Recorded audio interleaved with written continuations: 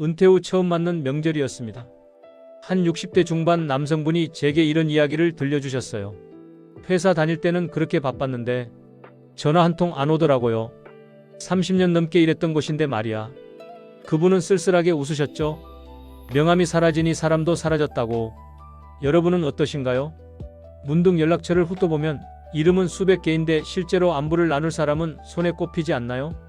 직장 동료, 사업 파트너, 동창회 친구들, 그 많던 사람들은 다 어디로 간 걸까요? 우리는 열심히 살았습니다.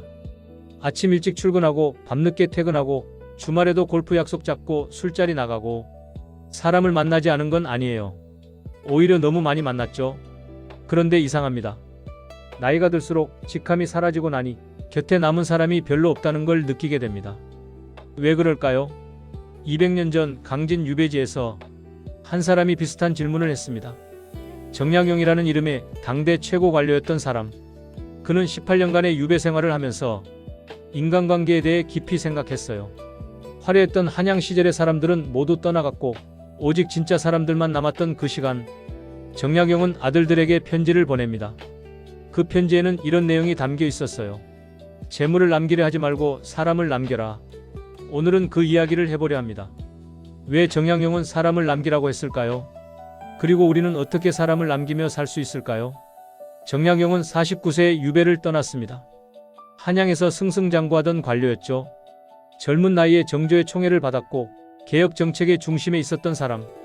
그런데 정조가 세상을 떠나고 노론 세력의 탄압이 시작되자 모든 게 무너졌습니다. 강진으로 가는 길, 그는 무엇을 보았을까요? 한양에서 함께 술잔을 기울이던 동료들은 고개를 돌렸습니다. 출세의 사다리를 함께 올랐던 사람들은 연락을 끊었죠. 정약용을 아느냐는 질문 자체가 위험한 시대가 되어버렸으니까요. 유배지에서 정약용은 매일 글을 썼습니다. 아들들에게, 제자들에게, 그리고 자기 자신에게 보내는 편지였죠. 그중 여유당전서에 담긴 편지 하나를 볼까요? 세상 사람들은 이익을 따라 모이고 이익이 떨어지면 흩어진다. 그러니 진정한 사람이란 이익이 없어도 곁에 남는 사람이다. 단순한 문장이지만 18년 유배의 무게가 느껴지지 않나요? 정약용의 핵심 통찰은 이겁니다. 관계의 진위는 무언가를 잃었을 때 드러난다는 것. 권력을 잃었을 때, 돈을 잃었을 때, 직함을 잃었을 때 비로소 진짜 사람과 가짜 사람이 구별된다는 거죠. 정약용은 관계를 두 가지로 나누어 보았습니다. 첫째는 의로 맺어진 관계, 의리, 신의, 진심으로 이어진 사람들. 둘째는 이로 맺어진 관계, 이익, 이득, 필요에 의해 만난 사람들. 그는 목민심서에서 이렇게 썼어요. 지방관이 백성을 대할 때 가장 경계해야 할 것은 사람을 도구로 보는 마음이다. 사람은 쓰고 버리는 물건이 아니다. 목민관, 즉 백성을 다스리는 관리에게 하는 말이지만 사실 모든 관계에 적용되는 이야기 아닐까요? 우리는 사람을 도구로 보지 않았나요? 이 사람을 알아두면 도움이 될 것 같아서, 이 사람과 연결되면 좋은 기회가 올 것 같아서 명함을 주고받고 연락처를 저장하고 인맥관리라는 이름으로 관계를 유지했던 건 아닐까요? 정약용이 유배지에서 깨달은 것은 바로 이것이었습니다. 사람은 많았는데 사람다운 관계는 없었다. 그래서 그는 아들들에게 당부합니다. 재물을 모으려 애쓰지 말라고, 명예를 쌓으려 급하지 말라고, 대신 사람을 남기라고 했습니다. 여기서 사람을 남긴다는 말이 뭘까요? 단순히 친구를 많이 사귀라는 뜻일까요? SNS 친구 숫자를 늘리라는 뜻일까요? 아닙니다. 정약용이 말한 사람을 남긴다는 것은 진짜 관계를 만들라는 뜻입니다. 이익이 사라져도, 직함이 없어져도, 내가 아무것도 해줄 수 없는 상황이 와도 여전히 곁에 있어줄 사람, 그리고 내가 그런 사람에게 그런 사람이 되어주는 것. 유배 18년 동안 정약용 곁에 남은 사람들이 있었습니다. 제자 황상과 이강회, 형님 정약전, 그리고 멀리서 편지를 보내준 몇몇 것들. 이들은 정약용에게 무엇을 바라지 않았습니다. 오히려 함께 책을 읽고 시를 짓고 삶을 나누었죠. 정약용은 이런 관계가 어떤 재물보다 귀하다는 걸 알았습니다. 왜냐하면 재물은 쓰면 없어지지만 진짜 사람은 어려울수록 빛나니까요. 정약용이 보기에 진짜 부는 통장 잔고가 아니라 진심으로 연결된 사람의 수였습니다.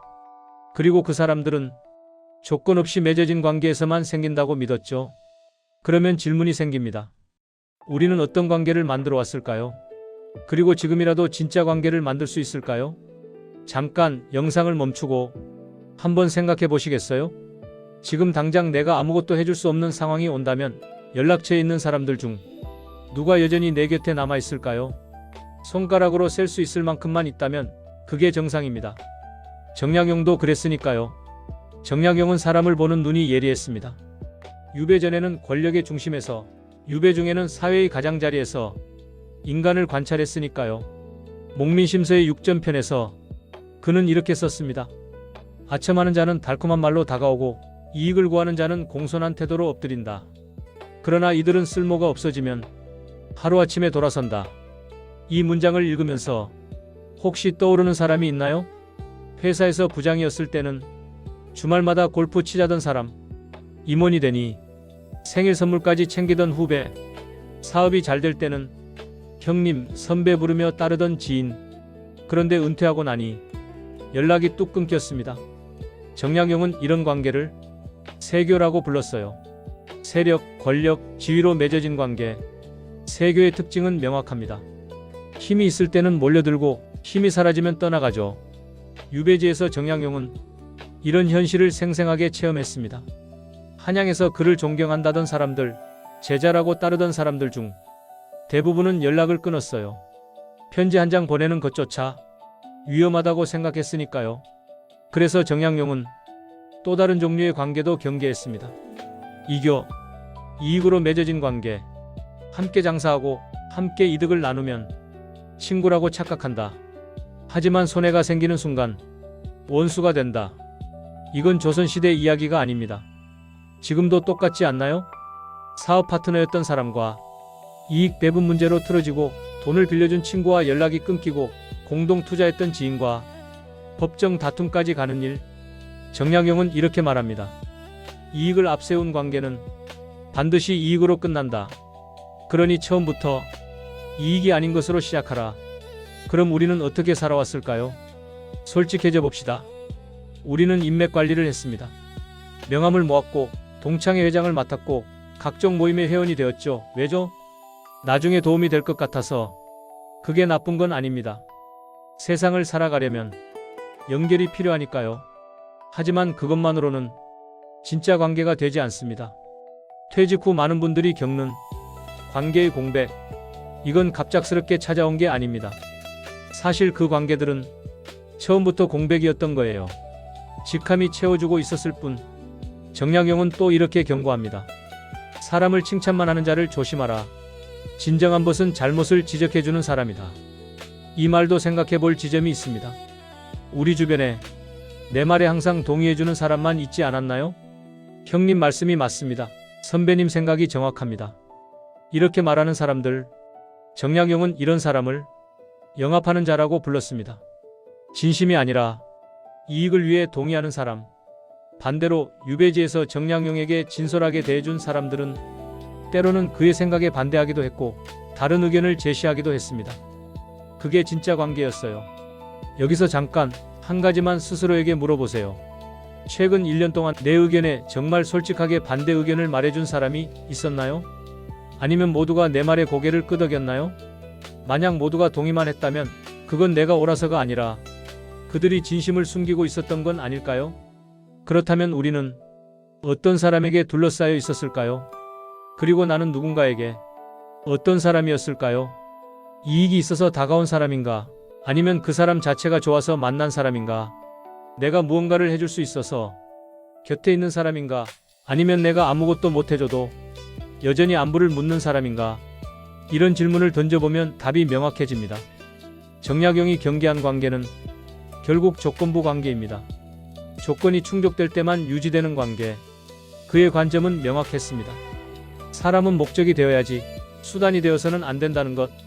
이건 단순한 도덕론이 아니라 그가 평생 관찰하고 경험한 인간관계의 본질이었습니다. 그리고 그는 우리에게 묻습니다. 그대는 평생 조건부로 살 것인가? 아니면 진심으로 살 것인가? 그렇다면 정약용은 구체적으로 어떻게 살라고 했을까요? 유배지에서 그는 아들들에게 보낸 편지에서 삶의 방식을 알려줍니다. 크게 세 가지로 정리할 수 있어요. 첫째, 진심으로 대하기. 정약용은 여유당전서에서 이렇게 썼습니다. 사람을 대할 때 마음에 없는 말을 하지 말라. 한 번의 거짓은 평생의 신뢰를 무너뜨린다. 간단한 말 같지만 실천하기는 어렵습니다. 우리는 얼마나 자주 마음에 없는 말을 했나요? 다음에 꼭 연락할게요. 하지만 할 생각이 없었고 언제 한번 밥 먹어요. 하지만 진심이 아니었고 좋은 의견이네요. 하지만 전혀 그렇게 생각하지 않았죠. 정약용은 이런 태도가 관계를 망친다고 봤습니다. 진심으로 대한다는 건 상대를 있는 그대로 보는 겁니다. 직함을 보는 게 아니라, 쓸모를 보는 게 아니라 그 사람 자체를 보는 거죠. 유배지에서 정약용을 찾아온 제자 황상. 그는 정약용에게 아무것도 바라지 않았습니다. 오히려 스승이 힘든 시기에 함께 있어주고 싶었던 거예요. 정약용은 이런 제자를 평생 기억했습니다. 둘째, 어려울 때 함께하기. 목민심서에 이런 구절이 있습니다. 좋을 때 함께하는 것은 쉽다. 어려울 때 함께하는 것이 진짜다. 우리는 언제 사람을 만나나요? 대부분 좋을 때입니다. 축하할 일이 있을 때, 기쁜 소식이 있을 때, 성공했을 때, 그럴 땐 사람이 많습니다. 축하 화환도 많이 오고 축하 전화도 쏟아지죠. 하지만 힘들 때는 어떤가요? 실패했을 때, 아플 때, 직장을 잃었을 때, 그때 옆에 있는 사람이 진짜 사람입니다. 정약용의 유배 시절, 형님 정약전은 자신도 유배 중이었는데 동생을 걱정하는 편지를 보냈습니다. 내가 너를 도울 수는 없지만 내가 혼자가 아님을 알려주고 싶다. 이게 진짜 관계 아닐까요? 도와줄 수 없어도, 문제를 해결해 줄 수 없어도 그냥 곁에 있어주는 것. 우리는 누군가에게 그런 사람이었나요? 아니면 좋을 때만 나타나는 사람이었나요? 셋째, 오래 기다려주기. 정약용은 인내심을 관계의 핵심으로 봤습니다. 사람은 빨리 변하지 않는다. 그러니 조급하게 굴지 말고 천천히 함께 가라. 급한 관계는 오래가지 못합니다. 빨리 친해지고 빨리 기대하고 빨리 실망하죠. 하지만 진짜 관계는 천천히 쌓입니다. 정약용과 제자들의 관계를 보면 몇 년씩 편지를 주고받고 몇 년씩 책을 함께 읽으며 조금씩 깊어졌습니다. 급하게 원하지 않았어요. 빨리 이렇게 되어라, 빨리 저렇게 해라 강요하지 않았죠. 그냥 함께 있었습니다. 오늘날 우리는 관계도 빠르기를 원합니다. 빨리 친해지고 빨리 도움을 주고받고 빨리 결과를 보려고 하죠. 하지만 정약용은 말합니다. 천천히 가도 괜찮다. 중요한 건 함께 가는 것이다. 이 세 가지를 보면 결국 하나로 모입니다. 진심으로, 어려울 때도, 오래도록. 이게 사람을 남기는 방식입니다. 어렵나요?